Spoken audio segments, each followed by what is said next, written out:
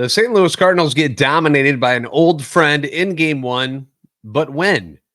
Then they pound out double-digit hits in game two and lose. Let's try to make sense of all of it on today's episode of Locked On Cardinals.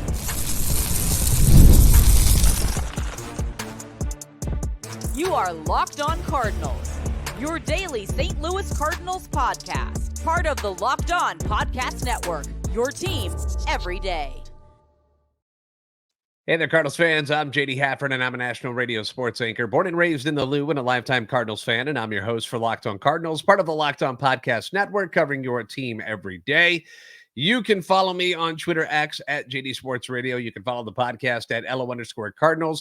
I do want to thank those of you who make Locked On Cardinals your first listen every day. We're free and available wherever you get your podcasts. We're also on YouTube. Make sure you like and subscribe and comment and interact with us and hit that notification button so you know when new episodes are posted. This is a show serving Cardinal Nation and giving the best fans in baseball all of the info about the birds on the bat. Today's episode brought to you by Monopoly Go. I admit it, I've got a competitive side, and it is a big fan of Monopoly Go. It's the mobile hit twist on classic Monopolies. Join your friends and download Monopoly Go. Now free on the Apple Store, or I should say the App Store, or Google Play. Same thing. Apple App Store. Same thing. Google Play. All right. Let's talk baseball. After getting rained out on Monday, the Cardinals and Tigers played a doubleheader on Tuesday. And spoiler alert, they split the two games, setting up a rubber match on Wednesday afternoon. Now, the funny thing is that it's almost like the Cardinals actually won and lost the wrong games. Let me explain. In game one, they had to face their former teammate, Jack Flaherty, right? Clearly, he was amped up to face the franchise that drafted him, that nurtured him, that stayed as patient as they could with him throughout all of his injuries before finally cutting ties with him at the trade deadline last year by sending him to the Baltimore Orioles, who were going to the playoffs. You know, they were like, look, Jack, we're gonna send you here. We're gonna get some stuff in exchange. We know you want to be a free agent. Let's just do that. Clean break, no big deal. In return, the Cardinals got left-hander Drew Rom, who you saw last year. He's hurt right now, still kind of up in the air. What's going to happen with him moving forward? Cesar Prieto, currently hitting .326 at Memphis. And then pitcher Zach Showalter, who has yet to give up a run this year at Single A Palm Beach over 8 innings. And there was a time, and it was really not that long ago. It feels like it's a lot longer than it is, but it really wasn't that long ago that Flaherty was the crown jewel of pitchers inside the Cardinals organization. And it was thought that he would become this young superstar pitcher in the league. Like he was on his way to becoming one of the best in the entire league, not just the National League, not just the NL Central, the entire league. 2019, he was 4th in the NL Cy Young voting in just his second full season in the big leagues. 2021, he's 9-2 with a 3.22 ERA. Things are looking good. And then came the injuries, right?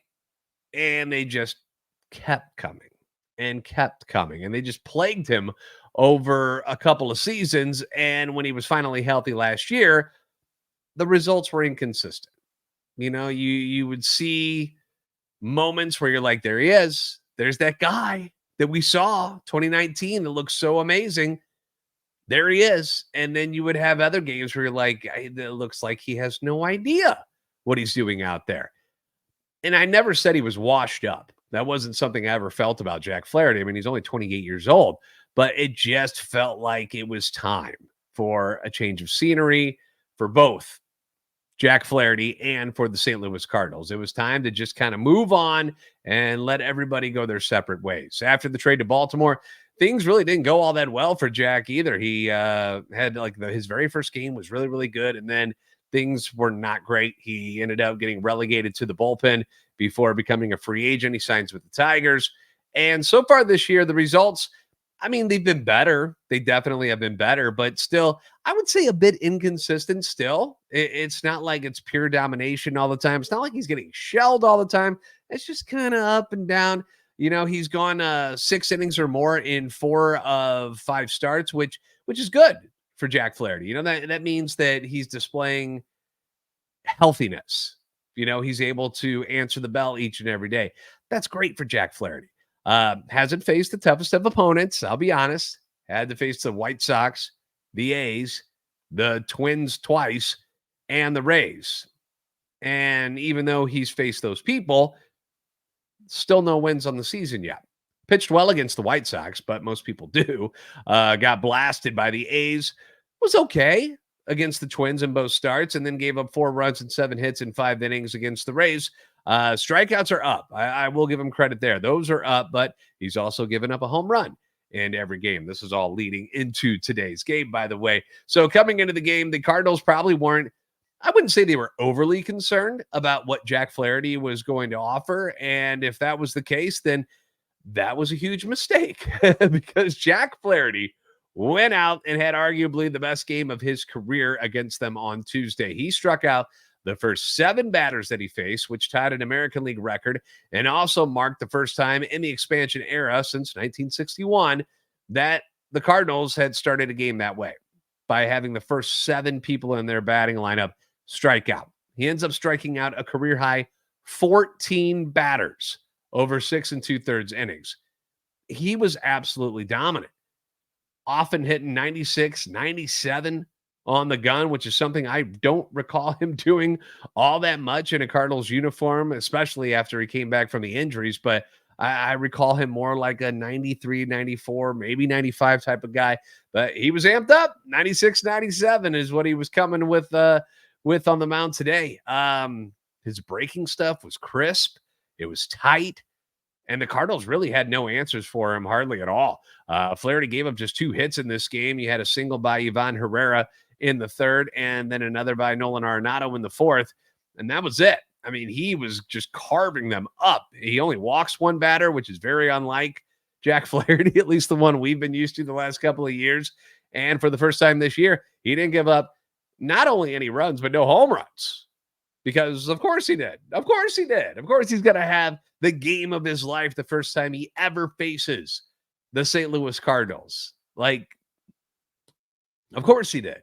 And although part of me was hoping that we'd see that inconsistent Jack Flaherty that we unfortunately saw a lot of last year in his final year with the Cardinals, the dude was all business today.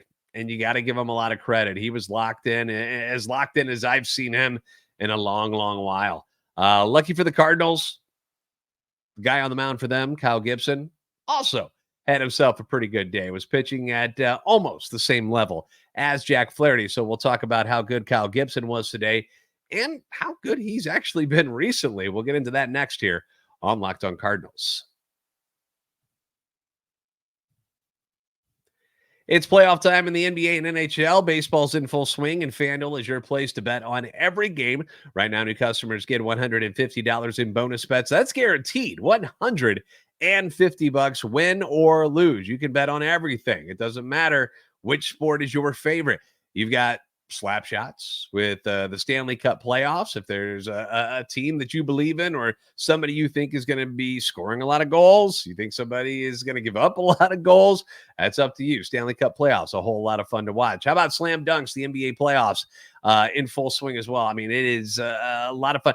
The NBA regular season, I'm just going to be dead honest with you, it bores me a little bit. It does. But when you get to playoff time, I enjoy watching the NBA game. I feel like it's really, really sloppy during the regular season, but then you get to the playoffs, and when everybody's got all their chips pushed in and they're playing at the top level, it's a lot of fun to watch. Those guys are ridiculously good. And of course, you've got baseball season underway right now, and all of these things you can bet on an app that is safe, it's secure, and easy to use. So what are you waiting for? What are you waiting for? Visit FanDuel.com/lockedon and make your first bet an automatic win.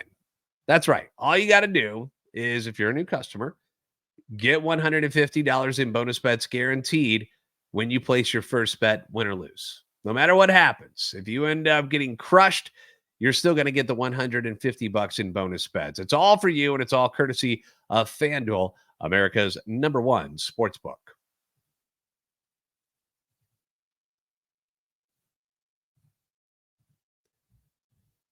Are you watching Fox Sports on ESPN on your TV all day and have to turn down the volume because of all the shouting? Well, then make the switch to Locked On Sports today. It's a free 24/7 sports streaming channel, and it's programmed for you every day to bring you the biggest stories without all of that screaming. Locked On Sports today brings you the campness analysis, the opinions, the news, and it's all streaming 24/7 on YouTube or the free Amazon Fire TV channels app. It's part of the Locked On Podcast Network, your team every day. Thanks for making Locked On Cardinals your first listen every day. Leave your comments on YouTube as well as on Twitter X anytime you want. That feedback always welcome and encouraged. And if you haven't started joining us during the actual games where we're all tweeting together and having good Cardinal conversation, good and bad, about what's going on, you should do that. So join us on there. Mention Jack Flaherty looking really, really good, right? Looked fantastic today. Like as good as I've ever seen him. And when I was thinking about games like this year that the Cardinals have seen really good pitchers, it reminded me a lot of the Bobby Miller start that the Dodgers had at the beginning of the year. Like that's how good Jack Flaherty was on Tuesday. Like he looked unhittable, as good as I've ever seen him. And as I mentioned, Kyle Gibson looking pretty good too over there on the other side. It was really good once again on Tuesday. He's now gone 6 or more innings in every start this year. Every single one of them. He goes 7 in this one. He allows 1 run on 4 hits. He walks 2, strikes out 9. The 1 run, it was a home run. Go figure. To Riley Green, who, he's one of the best young prospects in baseball. But outside of that, what a performance by the veteran right-hander. Today's game, after going 7 innings, allowing just 1 run, has got his ERA down to 3.79 on the season, which has him as the 25th best ERA in the National League, and now has 4 quality starts, which is the second highest in the National League and third highest in the major leagues. Now, here's something that usually happens with Kyle Gibson. Just going to warn you. He rattles off some games like this in a row where he's really, really good, and then he's going to have a real stinker here real soon. Like, watch it. I hope it doesn't happen, but when you go through the stats of what Kyle Gibson normally does in his career, bunch of good games in a row, and then one that is just awful, like 7 runs and 2 innings awful. Kind of like he was against the Marlins. Pretty much like that. There's going to be a blow-up game, and then his ERA is going to go whoosh, and it's going to go back up. But because you're a smart Cardinals fan, because you listen to Locked On Cardinals, you realize that ERA is going to be a bit inflated because of just 1 or 2 bad outings when he's actually been a better pitcher. All right. Over his last 3 starts, Kyle Gibson has thrown 19 innings, allowed just 3 earned runs on 12 hits, 8 walks, 18 strikeouts, but has just 1 win to show for it because the Cardinals can't seem to score any runs in the games he pitches. Heck, they don't score much in any of the games that anyone pitches. So both Jack Flaherty and Kyle Gibson, they have amazing games in game 1 on Tuesday, but neither end up being a pitcher of record because the Cardinals did something that not a lot of teams have been able to do so far this year, and that's actually score on the Detroit Tigers bullpen, which has been one of the best in the league so far this season. And it was another former Cardinal that they made the comeback on. And I know you were thinking it. I was thinking it. When they brought in Shelby Miller, you're like, Tigers are trying to be jerks. All right, they're going to have Flaherty carve us up, and then they're going to shut the door with another former Cardinal in Shelby Miller. That's what they were trying to do. Former first-round pick of the Cardinals. In fact, I've got some autographed spikes of his sitting over here in the corner, but I don't want to go get them right now. But anyway, but that's not what happens. The Cardinals don't give up. They keep fighting. They get consecutive hits in the 9th inning from Nolan Arenado, then Paul Goldschmidt and Alec Burleson to tie it up. And then they get a deep sack fly from rookie catcher Pedro Pajes, gives them a 2-1 lead. And then it's Hell's Bells time, right? Ryan Helsley comes in. He whiffs the first 2 batters, gets the fly out on the last guy. And after looking completely helpless over 8 innings where they didn't look like they could hit anything, right? The Cardinals win this game. They win game 1 somehow, some way. Tough luck for Jack Flaherty. Tough luck for Kyle Gibson, too, who had a great game. But you got to give credit to the Cardinals who just kept plugging away. They never rolled over. They never put up the white flag or said uncle. They kept trying. They kept fighting, and that's why they play 9 innings. The pitching kept the Tigers at bay. Matthew Liberatore spends a scoreless 8th inning, strikes out 2. His ERA now down to 2.93. Have we found the niche for Matthew Liberatore, where he's going to be an effective part of this staff? Maybe. Looked good so far. Ryan Helsley continues to excel. ERA down to 1.69. He now has 10 saves on the year, which is tops in Major League Baseball. In our last episode, I warned you that these games against the Tigers probably going to be low-scoring affairs because neither of these teams have really shown all that much offensively yet in 2024. So game 1, I nail it. 2-1 game, just like I told you it was going to be. And then, of course, they got to prove me completely wrong in game 2, which in my defense was completely out of character for both of these teams. They combined for 17 runs, 25 hits, and unfortunately the Cardinals, 11 of those runs actually scored by the Detroit Tigers instead of them. Steven Matz got the ball in game 2. Now, Steven Matz, Steven Matz. He never looked quite right in this one, did he? Couldn't make it out of the 4th inning. He allowed 4 runs on 7 hits. One of those was a home run. He walked 2, strikes out just 1. Velo is down a little bit. We're like, oh boy, what's going on here? And he does all of that in 3 1/3 innings. So that's now 3 straight starts where Steven Matz has really not been all that effective. 5 runs in 5 innings against Oakland, 7 runs in 4 1/3 against Arizona. And now you get this stinker in Detroit. So what the hell is going on?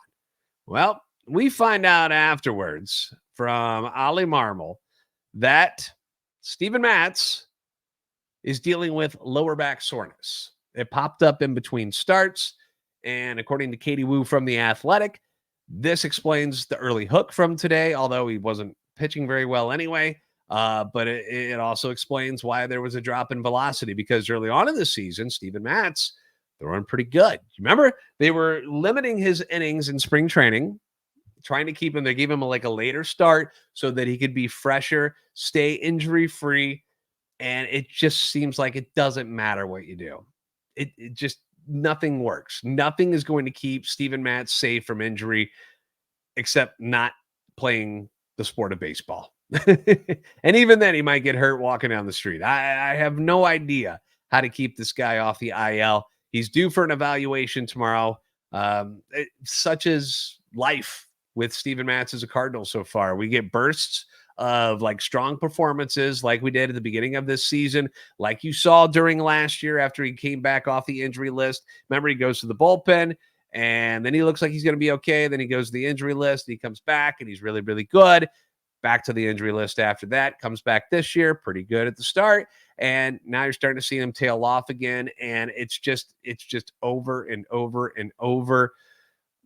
Good stuff. Injury pops up, and then he's got to start from scratch again. And I'm not saying this lower back issue is something that is going to force him on the IL. I don't know that. Again, evaluation coming up tomorrow on Wednesday. But one thing is clear. It had a pretty significant impact on him on Tuesday. Okay? You got to admit that. And if that's what he's going to look like, put him on the IL. Put him on the IL. Let somebody else take that spot right now. Just get him healthy. Don't screw around with it and start messing with it where it's going to linger on later into the year, and then you're really scrambling for starts. Don't start playing that game. On one hand, it sucks, right? That this continuously happens with Steven Matz. But on the other hand, just to throw some positive energy out there, you got to appreciate that despite not feeling his very best, going into this, they knew that apparently, that Matt still was like, no. Give me the ball. Give me the ball. He wanted to help his team. He wanted to do whatever he could do to help him out, because you had the rain out on Monday and you knew you were going to then be forced to play 3 baseball games within a 24-hour period. And yeah, the Cardinals were able to add a 27th man in Kyle Leahy, but I think you'd rather have Steven Matz starting. Matz tried to do what he could to give his teammates a few innings. It just didn't work out. Didn't work out at all because instead of helping them, it actually put them in kind of a big hole, which, you know, how this team is offensively right now. Not a great spot to be. But Cardinals climbed out of it. They actually made a comeback. We'll jump into that second impressive comeback of the day coming up next on Locked On Cardinals. This Mother's Day, get something thoughtful for mom on DoorDash. You can surprise her from wherever you are with fresh bouquets, the latest tech. How about some gift cards? How about self-care treats? All of this stuff and more can help make Mother's Day fantastic, courtesy of DoorDash. Use the code LOCKEDONMLB. You can get 50% off your next order, up to $15 when you spend $15 or more on your next flower bouquet or convenience, grocery, or retail order on DoorDash. Pair flowers with a gift card so she can celebrate any way she wants. Maybe she's somebody who likes reading books. That's fine. Nothing wrong with that. Try a bookstore gift card. Does she like coffee? Maybe a good latte. Who doesn't like going down to the coffee shop once in a while? Maybe she takes her book and goes get her coffee. You can give her gift cards to her favorite coffee shop. You can't go wrong because there's so many things to choose from on here. Plus, you get the convenience of shopping on your phone so you don't have to be one of those people scrambling around, driving around, trying to find that perfect gift at whatever store just happens to be open. Not a great spot to be. By the way, my mom reached out to me. I said that my grandmother was celebrating her 100th birthday this year. I lied. She's going to be 99. Wayne Gretzky age this year. So I'll have to remember that. I don't know why I keep saying she's going to be 100 because that's not true. But order now and get everything you need for Mother's Day on DoorDash. Once again, you're going to use that code LOCKEDONMLB, LOCKEDONMLB, to get 50% off your next order. That's up to $15 when you spend $15 or more on your next flower, convenience, grocery, or retail order now on DoorDash. That's Locked On MLB. Order using DoorDash today. Terms apply.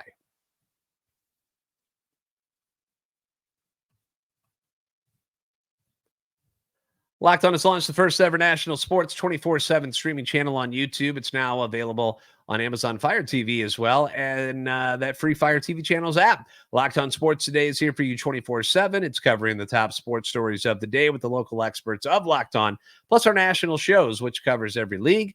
Find Locked On Sports Today now available on the free Fire TV channels app. So apparently, I motivated Paul Goldschmidt today. How did I do that? Well, after Paul Goldschmidt struck out in the top of the seventh in game one against Jack Flaherty, I tweeted, Goldie missing fastballs right down the pipe is getting old. And I got a lot of feedback on that one where people are like, yeah, he's getting old. And yeah, it's embarrassing to watch him do this. And, you know, just a lot of negativity. And I know the guy's trying. We all know that the guy's trying. We don't dislike Paul Goldschmidt. We want to see him succeed. But when I see pitchers continuously miss their spots and throw heaters right over the heart of the plate to Paul Goldschmidt, and they just blow right past him, like he isn't even close to catching up to them, it makes me wonder if perhaps he's hitting that Adam Wainwright wall that we saw last year and at the end of the year before that, where he just can't do it like he did before. I start thinking that. I'm like, man, is this going to be a long season? And all Goldie did after I tweeted that was serve me a warm glass of shut the hell up. 5 hits in a row. 5 hits in his next 5 at-bats after I tweeted that. He's got a single to right in the 9th inning, part of the comeback in game 1. Then in game 2, it's a double to left field. And I want you to notice where he's hitting these balls, by the way, because this is key. So you got a single to right, you got a double to left. Then you got a single to right. Then you got a single to left. Then he gets an 8-pitch at bat, ends with him singling to right field. All right, you want to know when a hitter is starting to figure things out a little bit? You start seeing, first off, Paul Goldschmidt, great power to opposite field. We know that, hitting it straight away. Not exactly a pull hitter. He's not like Nolan Arenado. But when you start seeing him, oh, you're going to pitch me in? I'll take you to left. You're going to pitch me away? All right, I'll take you to right. When you start seeing that, that means he's getting close to being locked in. And hopefully this is the beginning of Paul Goldschmidt going on a tear, because that would be great. He grounds out in the 9th inning to end that streak, but 5 straight hits from the 9th inning in game 1 through the 9th inning of game 2. And now His batting average is up to 236 on the year, which doesn't sound all that great. I know you think 236, you're like, that's kind of sucks, dude. But if you remember how bad things have been so far this year, that's not too shabby. You'll take that. When he's been floating around in the 160s and 70s most of 2024, to be at 236 is like hitting 350 for us. But he was just part of the comeback in game 2 because after they went down early on, they ended up fighting back, which is something this team has shown that they can do this year, which has been great. Brendan Donovan hits a 2-run shot in the 5th inning, cuts that lead to 4-2. And then after getting the game-tying RBI in game 1, it's Alec Burleson. Hits a 2-out opposite field, 3-run shot to give the Cardinals a 5-4 lead. Just a beautiful piece of hitting. They brought in a new pitcher to face him. He said, screw you. Hits it over the left field wall, 5-4 lead. And everybody's feeling really good about themselves, right? Well, that lead is short-lived in game 2 as the Tigers fight back to tie things up at 5 against Kyle Leahy before he gives way to Ryan Fernandez, who first person he sees hits a home run. Go figure. Wencel Perez hits his 2nd home run of the day. Wencel Perez hits his 2nd home run of the day. I didn't stutter. Puts the Tigers up for good at 7-5. Cards would actually close the gap to 7-6, but then we get Giovanni Gallegos in, and boy, oh boy, was that bad. He gets shelled after coming into the game. He comes in the 7th inning, and right away, he looks terrible, right? Riley Green greets him with a dinger to right field. Then he walks Spencer Torkelson, and then it's a double to Rogers, and then he walks Perez, and then it's like, okay, bye-bye. You're done. Gives way to Nick Robertson, who he's a rookie and comes in a situation where there's some damage on the bases, gives up a single, he walks in a run, gives up a sac fly, makes it 11-6. And that is how it ended. Gallegos is charged with 4 runs on 2 hits, 2 walks, doesn't record a single out. His ERA has ballooned to 9 for the year. 9. Been a rough go for Gio, who, if you remember, barely escaped disaster in New York. He was all set up to blow that one and somehow wiggles out of it against the Mets and has given up runs in 4 of his last 7 appearances. And I keep saying it. Isn't it wild? Isn't it wild to think that last year, Giovanni Gallegos was one of your go-to high leverage situation guys? Like, that's all they had. Housley dealing with injuries. They had to go to Giovanni Gallegos. And this is the guy. That's who they were stuck with last year. That's how bad things were last year. So I don't know what it's going to take to get Gio back on track. I know a lot of people are like, when is Keenan Middleton coming back? When is Riley O'Brien coming back? I do not want to see Gallegos anymore. They're not going to cut the guy. Like, they're going to try to figure out what the hell's going on with him, because you've seen him in situations where he can be successful when that slider's biting. But yeah, it was really, really bad on Tuesday. Cardinals offense, although better in game 2, still struggling. Struck out 15 times in game 1. Jack Flaherty owned him. 14 Ks from Jack alone. And then 11 more in game 2. Wilson Contreras had a brutal day on Tuesday. 0 for 9, 6 strikeouts by himself. Yikes.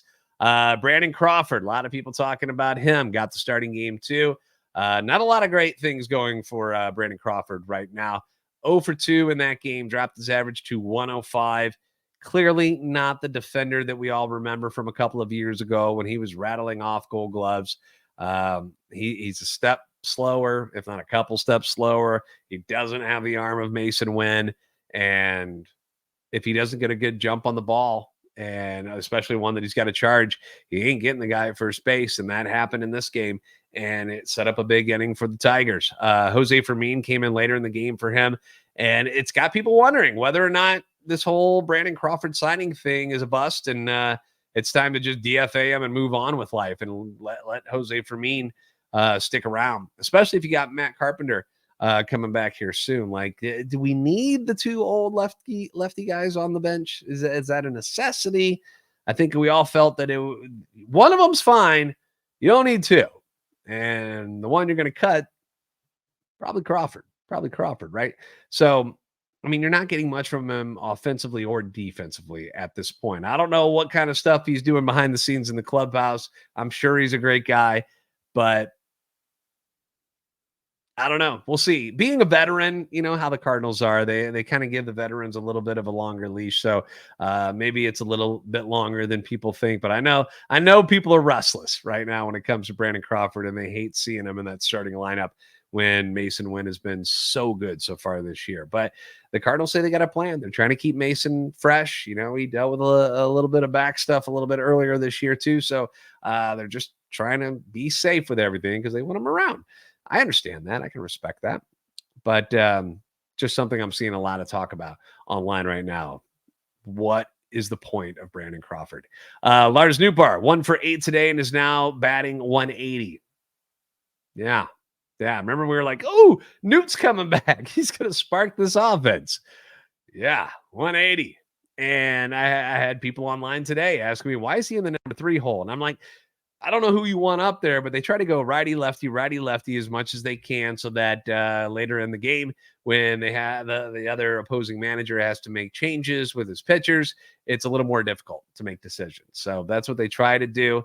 But yeah, Newt on tough times right now. Nolan Gorman still under 200 at 196. Michael Ciani at 128. Did have a hit today, though. And the Cardinals pitching staff gave up 4 more home runs today. 4 more against a team that had just 23 on the season. Like, it's clear to me that it doesn't matter who the Cardinals play. It didn't matter when it was against the Oakland A's. It hasn't mattered against the Detroit Tigers. I'm guessing it won't matter against the White Sox. They're just going to give up home runs. That's just part of their DNA. That's now 37 on the year, 4th highest total in baseball. Be nice to not have that be an issue anymore, but at this point, it is what it is. They are going to give up home runs. But to kind of end things on a good note here, I got a couple things, really. The Cardinals are currently not in last place in the NL Central. The Pirates lost again. That's their 3rd in a row. And they're now 14-17 on the year, while the Cardinals are 14-16. Percentage points higher, not in last place. So that's a positive. Another game on Wednesday. It's going to be a day game. Miles Michaelis against Kenta Maeda. First pitch set for 12:10 St. Louis time. So we'll see if we can get the good Miles in this rubber matchup and take the series. Down at Memphis, Dylan Carlson started his first game of his rehab assignment with Memphis on Tuesday night at Charlotte. 0 for 1. He did walk twice and then a 4-3 loss. Victor Scott, just so I can tell you what the Memphis lineup is, because I was like, wow, this is pretty good. Victor Scott leads off. Jordan Walker's batting second. Dylan Carlson's batting third. Thomas Ajayci hitting cleanup. Cesar Prieto was fifth, and then Lucan Baker batting sixth. That's not a bad little lineup that they got going on with the Memphis Redbirds, although they did lose tonight. And people were asking so far what's been going on with Victor and Jordan at Memphis. Victor Scott, since being sent down, is hitting 179, so not great. But his last 3 games, he's got a stolen base in all 3 of them. So stolen base in 3 consecutive games. Walker, 2 for 9 so far in 2 games since they put him back in the lineup. Remember, he had a couple days that they wanted him to work on stuff before he actually started playing in real games again. And throwing this one out there too, pitching for AA Springfield, Tink Hence turns in one of the best starts of his career, if not his best start. Ends up striking out 10 in 7 innings, 1 run, 2 hits. He walks 2, 94 pitches. ERA on the season right now is at 2.10. That's the Cardinals' top pitching prospect, and he continues to shine at AA. So probably not going to push it. You know, they'll take their time with scooching him up to Memphis. I wouldn't plan on seeing him in the major leagues this year, but stranger things have happened. All right. Thanks for making Locked On Cardinals your first listen every day. If you haven't already, give us a follow on Twitter, X at @LO_Cardinals and at JD Sports Radio. Like and subscribe on YouTube. You guys are the best fans in baseball for a reason. And I will see you next time on Locked On Cardinals. Have a good one.